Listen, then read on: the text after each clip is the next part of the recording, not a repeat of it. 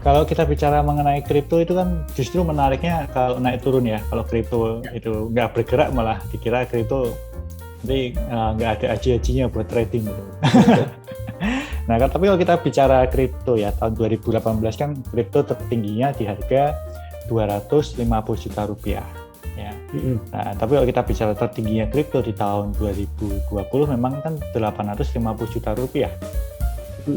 Nah, ini mungkin sesuatu yang menurut saya sangat spesial. Kenapa? Karena kripto tuh naik turunnya selalu bergerak sangat volatile. Tapi biasanya dia tidak pernah turun terlalu jauh dari titik tertinggi 4 tahun sebelumnya.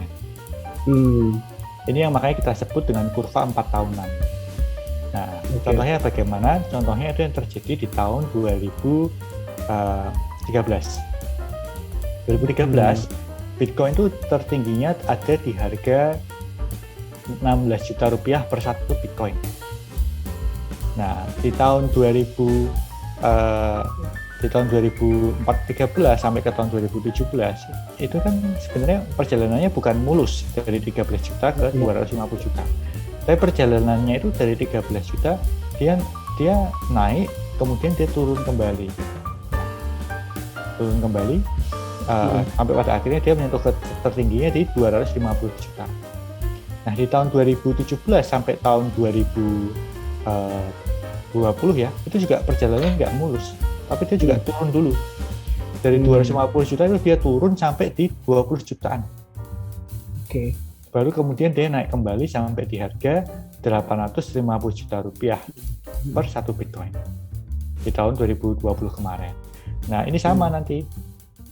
Tahun 2020 ke tahun 2024, kurva berikutnya ya.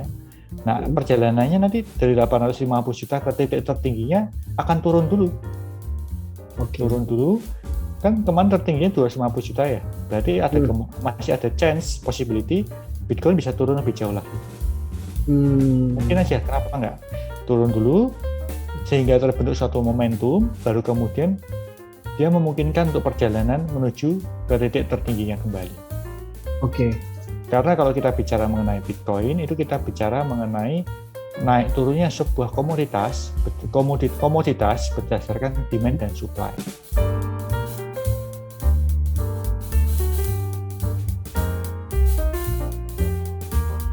Kalau menurut saya pribadi, biasanya koreksi paling dalam itu terjadi di titik 80%. 80% dari harga tertingginya. Oke. Ya, jadi kalau kita hitung dengan cara seperti itu, kalau kita kemarin bicara Bitcoin itu di harga tertingginya adalah 850 juta, kalau dia benar-benar turun 80%, itu kan berarti bisa harganya sekitar 150 jutaan ya, kurang lebih ya. Itu titik terparahnya, kita sudah bicara titik yang paling parah lah. Ya. Yang kalau orang bilang titik amit-amit gitu. Angka psikologisnya ya. 70-180 juta lah kurang lebih.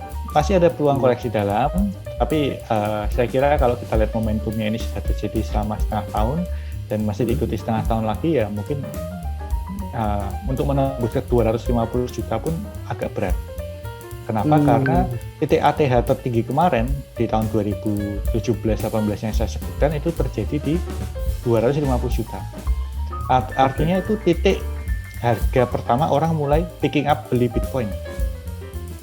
Jadi chance-nya kecil untuk orang menjual Bitcoin di bawah 250 juta. Jadi untuk Bitcoin sampai menyentuh 250 juta pun itu sudah sangat berat.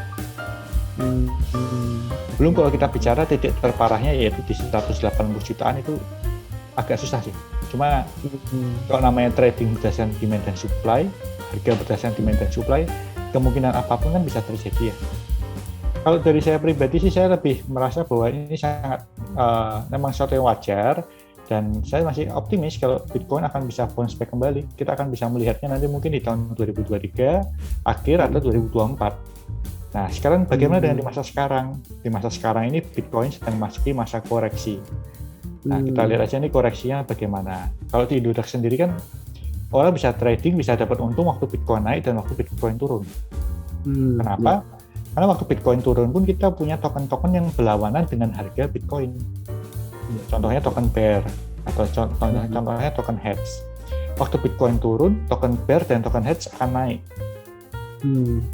Jadi trader kripto di Indudax mereka bisa memilih, mereka percaya Bitcoin bakal turun apa naik.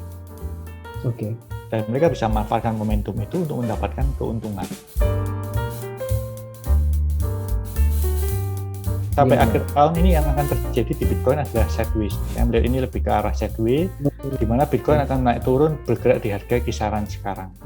Nah, ini mungkin momentum yang baik untuk orang-orang yang bermain di jangka panjang untuk membeli di harga sekarang untuk mendapatkan momentum di tahun ke depan. Karena di era sideways ini alternate coin-nya akan bergerak lebih liar. Jadi kalau kita amatin beberapa token yang alternate coin itu justru dalam sehari bisa naik 50% atau minimal 20%. Kenapa? Karena Bitcoin-nya sideways. Saat Bitcoin sideways, orang pada trading alternate coin-nya lebih liar.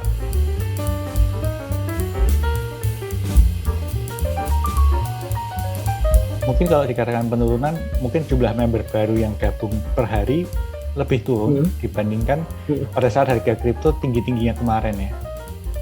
Karena kan biarpun yang benar itu membeli pada saat murah kemudian menjualnya di saat mahal, tapi orang itu lebih suka membeli di saat mahal dan menjualnya di saat murah kan. Jadi betul. Jadi karena sekarang harganya lagi murah, orang nggak mau beli biasanya. Nanti nunggu harga agak mahal, nanti mereka baru bodong-bodong ikutan beli. Ternyata begitu udah mahal malah turun lagi ya Pak. Betul, karena kan kalau kita bicara kurva naik turun harusnya ini momen yang bagus ini untuk membeli.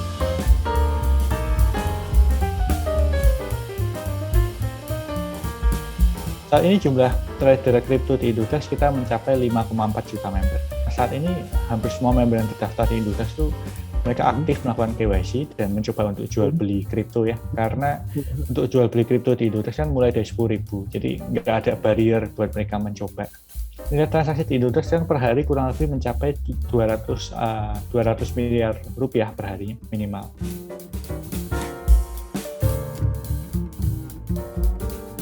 Kalau dari kita pribadi, kita berharap bahwa jumlah trader di Indudax bisa mencapai 6,5 juta member di akhir tahun ini.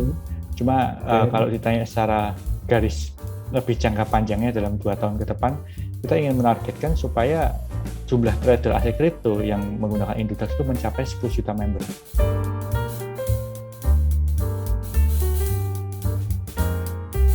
Koin lokal ini punya satu challenge yang agak yang harus bisa diatasi oleh para developer koin lokal ya. Yaitu challenge-nya adalah bagaimana supaya koin kita itu bisa menembus market di luar Indonesia. Itu yang harus pertama kali harus dikonsider. Kenapa? Karena jumlah trader aset kripto di Indonesia itu relatif masih kurang terlalu banyak yang tertarik untuk ikut membeli koin lokal. Kenapa? Karena koin lokal yang keluar kemarin itu banyak yang sedikit kualitasnya mungkin di bawah yang internasional ya. Sehingga trader di Indonesia mereka memandang pesimis terhadap koin lokal. Tapi apabila ada koin lokal yang bisa menembus pasar regional maupun internasional, hal itu memungkinkan buat si koin lokal itu berkembang. Kenapa? Karena kalau kita bicara aset kripto, yang susah itu bukan membuat koinnya. Yang susah itu adalah melakukan market making atas koin yang dikeluarkan. Akibatnya apa kalau nggak bisa menembus pasar internasional? Akibatnya harga tokennya akan ambruk. Pada saat harga tokennya ambruk, itu biasanya kepercayaan akan projectnya juga akan turun. Oke. Jadi kalau ditanya bagaimana kalau terhadap coin developer lokal, yang pertama yang harus dihati-hati adalah projectnya pastikan bagus dan bisa berkembang. Yang kedua, projectnya harus bisa menembus bukan cuma market Indonesia tapi internasional. Ini mungkin PR yang harus dibereskan keduanya.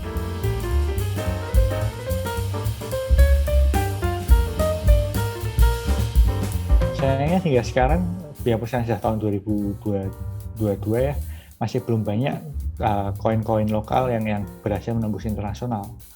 Mungkin beberapa token yang internasional itu ada yang memang developernya orang Indonesia, tapi belum ada yang benar-benar berhasil komunitas internasional itu beli.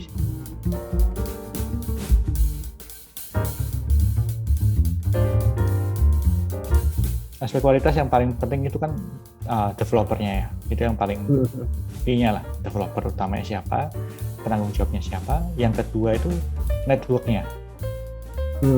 Sekarang network ini sangat penting. Kenapa? Network ini bukan tentang blockchain-nya pakai apa ya, tapi tentang koinnya ini akan dipakai untuk network apa. Oke. Apakah Game kah untuk atau apa gitu ya? game lah atau apa, dan existing infrastrukturnya mereka punya nggak? Karena kalau mereka mau buat dari awal, dalam arti mereka nggak punya apapun, terus kemudian mereka buat token, itu zaman itu sudah berakhir. Kalau dulu kan waktu tahun 2017 orang bisa bikin koin tanpa perlu punya platform apapun kan.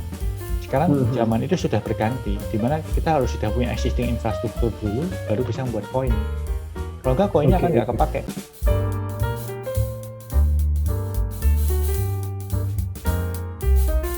Ini tergantung menurut Mas Reza, Ethereum termasuk altcoin atau enggak ya? Itu kayaknya masih perdebatan juga ya, Pak. Iya. Kalau saya pribadi, saya melihat masih Ethereum dan Bitcoin masih ini Ethereum. yang monopoli market ya. Oke. Kalau memang ada koin-koin lain yang mendekati Ethereum, itu rata-rata koin yang punya status Ethereum Killer, dalam arti yang berusaha menggantikan Ethereum. Contohnya seperti Solana. Solana itu kan project yang dikatakan untuk mengalahkan Ethereum kan, makanya dia cukup solid. BNB pun juga banyak yang populer karena mereka berusaha untuk menggantikan Ethereum. Tapi kalau selain daripada itu, rasanya masih terlalu jauh ya token-token yang lain.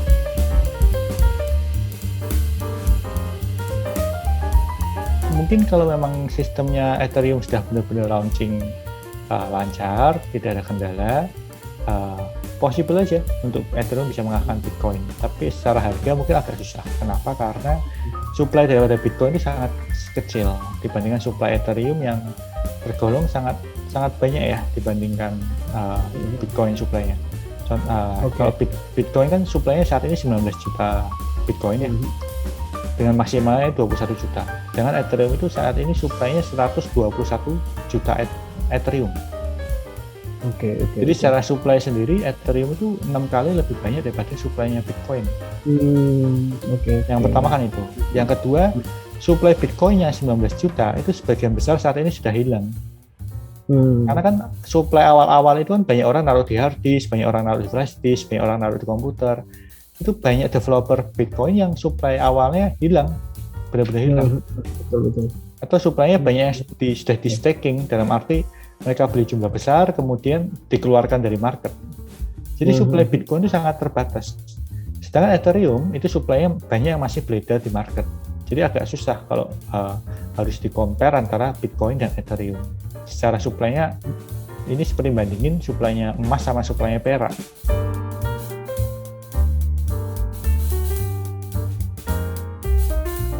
Saya masih merasa bahwa koin metaverse itu akan menjadi sesuatu ya. Kenapa? Karena metaverse itu salah satu penggunaan nyata daripada NFT. Metaverse itu penggunaan nyata salah satu daripada blockchain.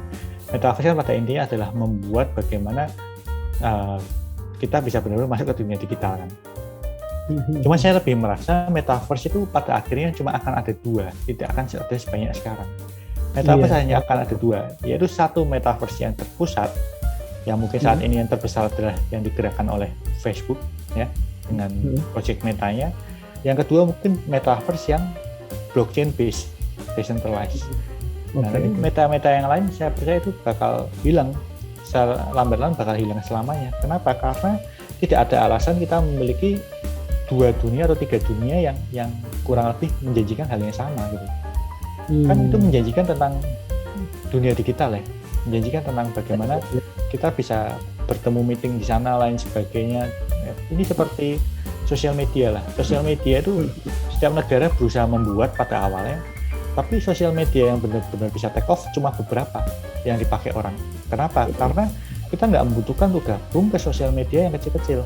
Saat ini kan sosial media yang besar, grupnya Meta yaitu grupnya Facebook, sosial media grupnya TikTok, sama sosial media grupnya Twitter. Ya. Selain daripada tiga ini, semua sosial media yang ada di market itu dying. Saya pikir ini akan terjadi sama dengan Metaverse.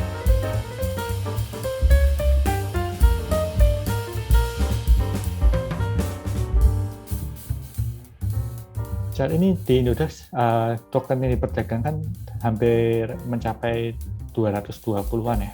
Jadi kita waktu melisting di Indodax kita mempertimbangkan 3 hal. Faktor pertama kualitas produknya sendiri, faktor kedua dari komersialnya, faktor ketiga itu dilihat dari komunitasnya. Komunitasnya ini termasuk industri dalam negeri atau industri luar negeri.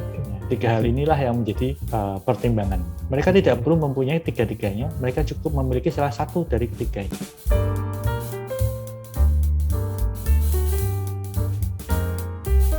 Saya kira kalau bicara dampaknya terhadap konsumen kan jelas positif ya, karena konsumen akhirnya sekarang semua pajaknya clean. Kalau mereka trading kripto, uangnya jadi bersih, ya nggak lagi mereka kebingungan cara menyatakan di pajaknya. Kalau mereka trading untung dan lain sebagainya. Nah, sekarang dampaknya secara industri saya kira juga cukup positif, karena ini artinya industri yang bergerak di kripto itu menjadi legal. Ya, dalam arti kita ikut memberikan sumbangan kepada negara.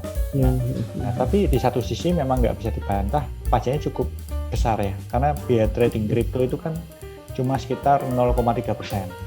Dengan pajaknya sendiri 0,2%. Sehingga sekarang dari industri, kalau sebelumnya kita mengenakan 0,3, saat ini dari industri itu kurang lebih mengenakan 0,5 untuk setiap satu pairnya, ya. Entah itu pair beli atau pair jualnya.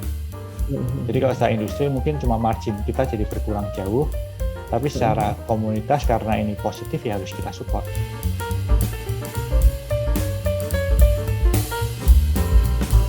Regulasi di Indonesia saya kira yang saat ini masih kurang, yang sama-sama ditunggu oleh semua industri maupun semua konsumen, itu adalah bursa berjangka DFX yang saat ini katanya akan mendapatkan license dari pemerintah. Ini penting banget bursa berjangka ini untuk mendapatkan license dan akhirnya launching di Indonesia. Kenapa? Karena bursa DFX ini adalah bursa yang nanti akan bersifat untuk memonitor transaksi seluruh crypto exchange yang ada di Indonesia. Jadi crypto exchange yang ada di Indonesia bisa statusnya benar-benar ada yang mengawasi transaksinya itu real time dan tidak melakukan tipu-tipu di belakangnya. Nah, ini kuncinya ada di pemerintah untuk mengesahkan bursa DFX.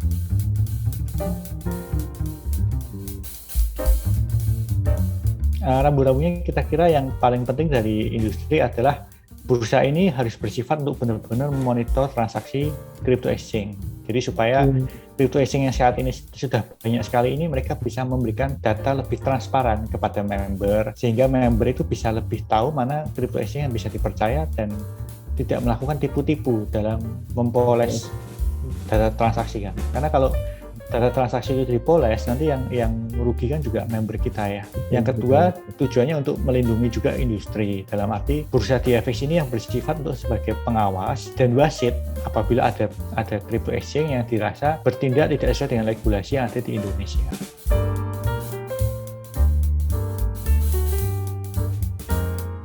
Kalau dari Indodax saat ini kita memang sudah kita di Indodax ini salah satu crypto exchange yang spesial ya menurut saya, karena kita ini crypto exchange satu-satunya di Indonesia yang memiliki izin dari Bapepti, pendaftaran dari Bapepti, dan kita sudah melakukan percobaan dengan cara semua transaksi rupiah kita itu sudah mulai dihandle oleh clearing. Jadi transaksi rupiah di Indodax itu jauh lebih aman dibandingkan transaksi di crypto exchange lainnya. Kenapa? Karena sudah ada pengawasnya dan sudah memastikan bahwa setiap rupiah yang masuk ke Indodax itu diawasi oleh lembaga clearing. Saat ini lembaga clearing yang kita kerjasama itu dengan PT Clearing Berjangka Indonesia, yaitu sebuah perusahaan BUMN merah putih di Indonesia. Nah, ini istilahnya yang ngawasin transaksi rupiah kita itu negara. Jadi Indodax itu nggak boleh main-main dengan uang daripada member. Nah, ini yang mungkin yang membedakan kita dibandingkan semua crypto exchange kompetitor kita. Saya kira sejauh ini KBI adalah salah satu calon untuk clearing untuk bursa kriptonya ya. Saya kurang tahu nanti oleh pemerintah akan ditunjuk BUMN yang mana. Cuma saat ini yang punya pengalaman dan sudah bekerja sama dengan Indodax adalah PT KBI, yaitu BUMN.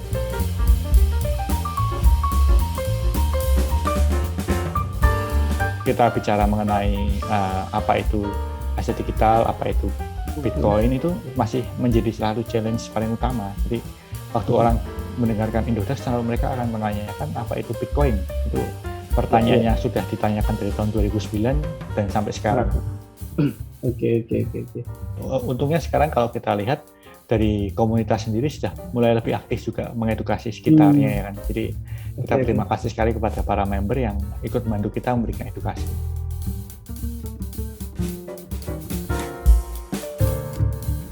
Makanya di Indodax kita punya sebuah produk, sebuah platform yang mungkin beda dengan semua kedua exchange yang lainnya.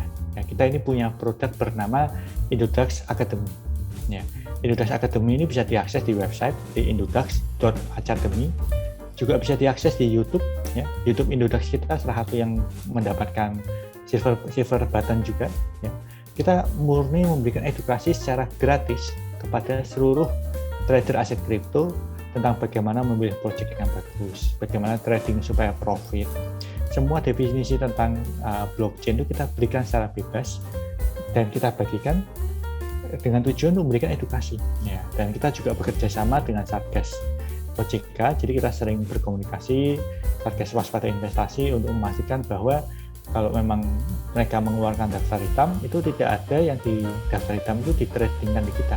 Ya, jadi itu yang kita lakukan secara aktif di Indodax.